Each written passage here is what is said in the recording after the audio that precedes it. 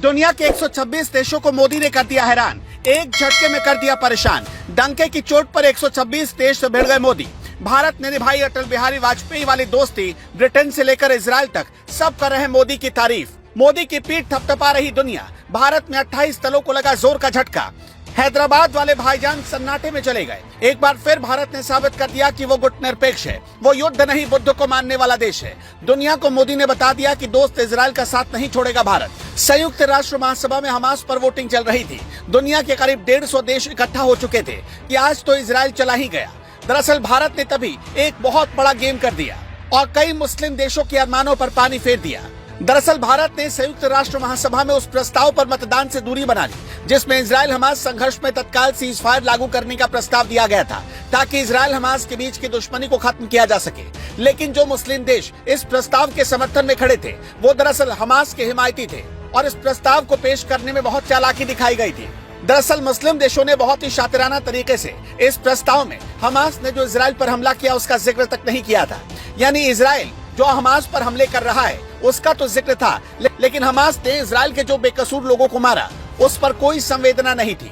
7 अक्टूबर को हमास द्वारा किए गए अचानक हमले में 1400 से अधिक इजरायली लोगों को अपनी जिंदगी से हाथ धोना पड़ा था, जिसके बाद इजराइल ने हमास के खिलाफ बहुत व्यापक पैमाने पर जवाबी कार्रवाई शुरू की। इस प्रस्ताव के समर्थन में 120 देशों और विरोध में 14 देशों ने वोट किया। भारत के अलावा इस प्रस्ताव पर वोटिंग के दौरान Australia, Canada, Denmark, Ethiopia, Germany, Greece, Iraq, Italy, Japan, Netherlands, Tunisia, Ukraine और ब्रिटेन समेत 45 देश गैर मौजूद रहे। गाजा में मानवीय आधार पर संघर्ष विराम के समर्थन में म्यांमार, पाकिस्तान, नेपाल, श्रीलंका, बांग्लादेश और चीन समेत भारत के सभी पड़ोसी देशों ने वोट किया। फ्रांस ने भी इस प्रस्ताव का समर्थन किया।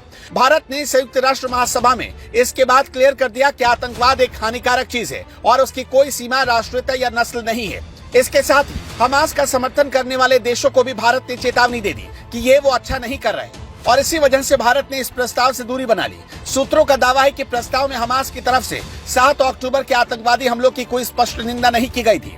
रिपोर्ट के अनुसार भारत ने जॉर्डन के प्रस्ताव में हमास का जिक्र न होने पर आपत्ति जताई। भारत गाजा में उभरते मानवीय संकट को लेकर परेशान है, लेकिन साथ ही पूरी दृढ़ता के साथ ये मानता है कि आतंकवाद को लेकर कोई समझौता नहीं होना चाहिए।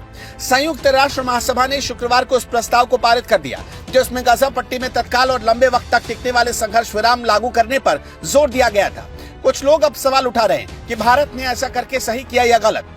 भारत ने प्रस्ताव पर वोटिंग से दूर रहकर अपनी लंबे समय से चली आ रही सैद्धांतिक स्थिति का प्रतिनिधित्व किया है। इसके तहत वो दुनिया के किसी भी कोने में होने वाले आतंक के खिलाफ एक जैसा रवैया अपना रहा और यूएन में अपने इसी सिद्धांत का उसने परिचय दिया है। साथ ही 2 राज्यों को समाधान करने की खुली छूट दी है। दरअसल इस वोटिंग से दूरी बनाकर भारत ने इजराइल और फिलिस्तीन दोनों की उम्मीदों का समर्थन किया है। अटल बिहारी वाजपेयी जी के दौर में फिलिस्तीन हमारा पक्का दोस्त हुआ करता था और पीएम मोदी ने इसी परंपरा को बरकरार रखा है। चूंकि फिलिस्तीन और हमास में भी नहीं बनती और इजराइल और हमास में तो पहले से ही जंग का माहौल है, लिहाजा भारत इस वोटिंग में शामिल होता तो अपने 2 अच्छे दोस्तों इजराइल और फिलिस्तीन को नाराज कर देता और ये धोखा होता। अमेरिका, ब्रिटेन जैसे देश भी भारत की इस कूटनीतिक चाल की तारीफ कर रहे हैं। संयुक्त राष्ट्र में भारत की उपस्थायी प्रतिनिधि योजना पटेल ने भी मतदान के दौरान 2 राज्य समाधान का समर्थन